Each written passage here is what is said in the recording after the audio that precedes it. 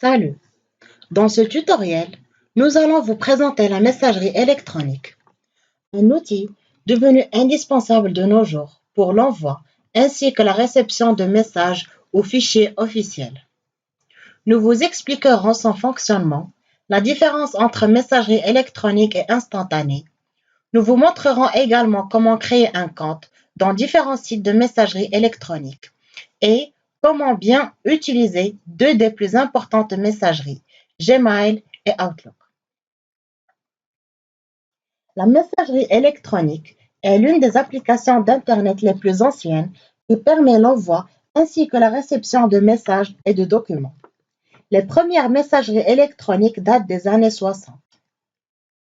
Le courrier électronique, courrier, email ou mail, est un service de transmission de messages écrits et de documents envoyés électroniquement via un réseau informatique dans la boîte aux lettres électronique d'un destinataire choisi par l'émetteur. Par leur contenu et leur forme, les messages envoyés par courrier électronique donnent à leur destinataire une image de l'expéditeur. Le rôle est croissant dans le maintien des liens sociaux, surtout en cas d'éloignement géographique. Il faut faire la différence entre la messagerie électronique et la messagerie instantanée. La messagerie électronique et la messagerie instantanée sont deux moyens différents d'envoi de messages sur Internet. La messagerie instantanée vous permet de voir quand vos contacts sont en ligne et permet aussi d'envoyer en temps réel les messages. La messagerie électronique classique rassemble les messages pour que vous puissiez les lire ultérieurement. La messagerie électronique repose sur un certain nombre de protocoles de communication. Donc, quels sont les protocoles de messagerie et pourquoi faut-il savoir ces protocoles? C'est juste pour savoir comment s'opère la réception de ces messages et pour mieux comprendre le fonctionnement de sa messagerie. On a deux grands types de protocoles et de serveurs qui sont utilisés pour le courrier électronique. Le protocole sortant et le principal protocole, c'est le SMTP. C'est le protocole simple de transfert de courrier. Il permettant de gérer la transmission du courrier entre les serveurs. Pour utiliser l'analogie avec le système postal, le serveur ou le protocole SMTP correspondrait au grand centre de tri postaux et à l'acheminement du courrier entre centres de tri. L'un des standards d'Internet sont un protocole de communication pour le courrier permettant d'établir l'interface entre un réseau local et l'Internet. Le serveur SMTP et le serveur sortant servent à la gestion du courrier entre différents serveurs de messagerie. Alors, que fait le serveur SMTP? Il s'occupe du transport des messages entre serveurs de messagerie, réception et centralisation des messages envoyés sans vérifier l'identité des émetteurs, pas de différenciation entre les destinataires des différents champs, to, copy carbon, etc. Ne gère pas des dates ni les sujets des messages. Après, on a le deuxième type de protocole, c'est le protocole entrant, qui gère l'envoi des messages dans les messageries personnelles. Les deux protocoles entrants sont utilisés au choix dans le système de messagerie, c'est le POP ou le IMAP. Le POP, c'est protocole de bureau de poste. IMAP, c'est l'Internet Message Access Protocol. Le principe des protocoles entrants est le même. Gérer la communication entre l'utilisateur et le serveur de messagerie et permettra aux utilisateurs d'aller récupérer leurs messages. Ce sont des protocoles de réception et de distribution du courrier. Pour répondre à l'analogie avec le système postal, le protocole et le serveur entrant correspondent au centre de tri postal dont vous dépendez au facteur qui vient vous apporter le courrier. Ils ont globalement la même fonction, des différences importantes existent entre les protocoles POP et IMAP, entraînent les possibilités d'utilisation différentes de la messagerie pour les utilisateurs. Le serveur POP et le serveur entrant recevant les messages et les distribuant vers les comptes de messagerie gérés par le serveur. Alors, que fait le serveur POP? Il gère l'authentification du titulaire d'un compte de messagerie avec l'identifiant et le mot de passe. Il authentifie les destinataires, met les messages en attente. Avec un serveur POP, les messages reçus peuvent être envoyés en bloc sur votre ordinateur. On peut les lire hors ligne, conserver ou effacer sur le serveur. Que fait le serveur IMAP? Sur un serveur IMAP, les messages restent toujours sur le serveur de courrier, Seuls les en-têtes sont téléchargés en local peu les messages eux-mêmes. Il gère plusieurs accès simultanés, possibilité de récupérer son courrier à partir de plusieurs postes. Comme les messages restent sur le serveur, leur gestion peut se faire également sur le serveur. Possibilité de tri, de classement, à partir du lieu de travail ou chez soi. Assurer une mise à jour depuis la dernière connexion. Avec IMAP, demandez plus de ressources code serveur pour l'accès simultané et peut augmenter le temps de téléchargement côté d'utilisateur. Pour émettre et recevoir des messages par courrier électronique, il est nécessaire de posséder un compte de messagerie ou boîte mail. Pour éviter que tout le monde puisse voir votre courrier, celui-ci est protégé par un nom d'utilisateur appelé login et un mot de passe, password. Le compte de messagerie est caractérisé généralement par une adresse de messagerie du type identifiant @nom du fournisseur d'accès Internet, .domain. Par quel outil?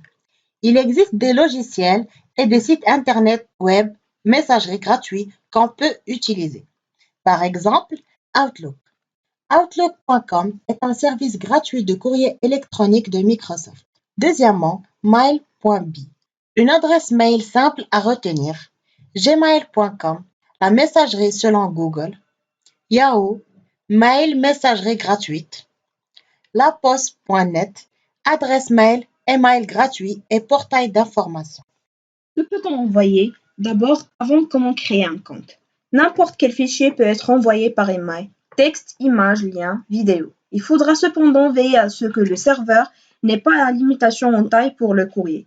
Certains serveurs n'acceptent pas les messages faisant plusieurs mégaoctets.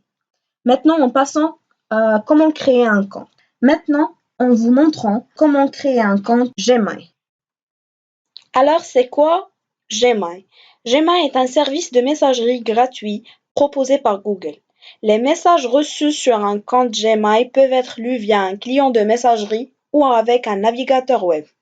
De nombreuses fonctionnalités du service ne sont cependant accessibles qu'à travers le navigateur web et contient encore plus de fonctionnalités supplémentaires comme regroupement en conversation des courriers, possibilité d'effectuer des recherches, un affichage de miniatures, enregistrement automatique et régulier d'un message au cours de frappe.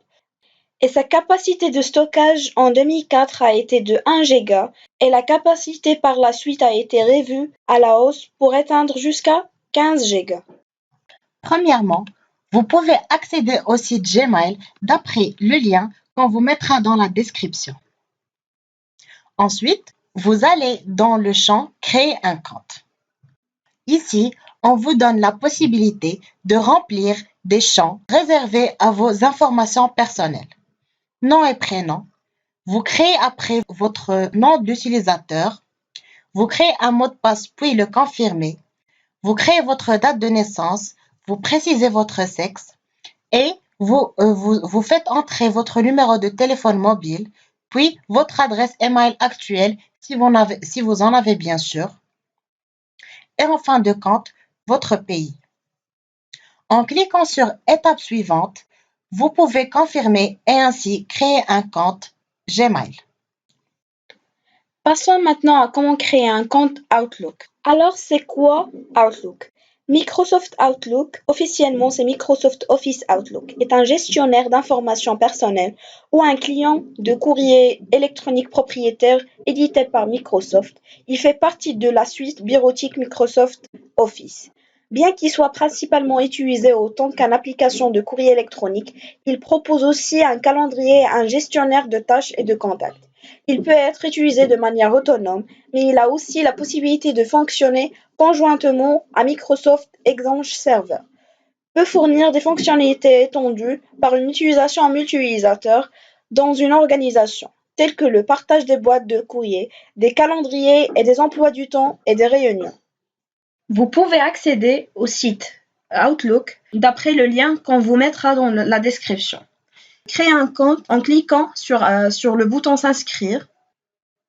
Vous remplissez ensuite les champs réservés à vos informations personnelles bien sûr, prénom, nom, nouvel utilisateur, mot de passe et vous confirmez votre mot de passe, votre pays, vous remplissez les champs de votre date, vous précisez votre sexe, le numéro de téléphone, vos adresses messager de secours et vous confirmez avec ce code. Et après, vous aurez votre compte Outlook. Maintenant, en passant à l'utilisation du courrier. Lorsque vous ouvrez votre logiciel de messagerie, celui avec lequel vous consultez vos messages, un certain nombre de fenêtres ou boîtes suivant votre logiciel apparaissent. Leur nom peut varier d'un logiciel à l'autre. Je vous montre maintenant le champ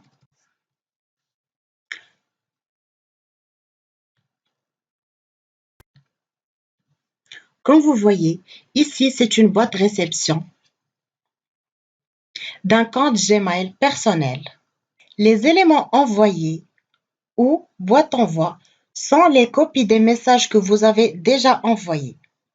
Les brouillons sont les messages que vous avez saisis mais que vous n'avez pas encore envoyés au destinataire. Les messages importants sont des messages que vous avez marqués par l'étoile ici, présente. Quand vous cliquez sur Nouveau message, vous voyez qu'il y a différents champs qui sont affichés. Le premier, c'est 2, c'est votre adresse électronique. La plupart du temps, vous n'aurez pas à remplir ce champ car il est généralement défini par le client de messagerie selon vos préférences. Comme par exemple ici, on ne voit pas ce champ car il est par défaut défini par le site. Le deuxième champ, c'est A ou TO. Ce champ correspond à l'adresse électronique du destinataire. L'objet, il s'agit du titre que votre destinataire verra lorsqu'il voudra lire le courrier. Copie carbone, cela permet d'envoyer un mail à de nombreuses personnes en écrivant leurs adresses respectives séparées par des virgules. Copie carbone invisible, il s'agit d'une simple copie carbone, à la différence près que le destinataire ne voit pas dans l'entête la liste des personnes en copie cachée. Ici, c'est bien évidemment le corps de votre courrier. À noter que la fonction copie carbone permet de mettre en copie des personnes non concernées directement par le message que vous souhaitez mettre au courant du contenu du message ou bien du fait même d'avoir envoyé le courrier au X destinataire. La fonction copie carbone invisible permet de mettre en copie des personnes sans que quiconque des destinataires ou bien des destinataires cachés ne voient. Il est généralement recommandé lors de l'envoi de mails à de nombreuses personnes de les mettre en copie carbone invisible afin d'éviter qu'un des destinataires ne réponde à tout le monde ou bien ne constitue une liste d'adresses. Les autres fonctions de la messagerie sont notamment fichier attaché aux pièces jointes. Vous pouvez attacher un fichier à votre courrier en tapant l'adresse absolue de son emplacement. Signature. Si votre logiciel le permet, vous pouvez définir une signature, c'est-à-dire quelques lignes de texte qui seront ajoutées à la fin du mail. Que faire d'un message? Les opérations sur les mails sont multiples. Nouveau message. Écrire un nouveau message. Supprimer. Ça permet d'effacer le message. Stocker ou archiver. Ça permet de faire une copie du message dans un endroit plus sûr.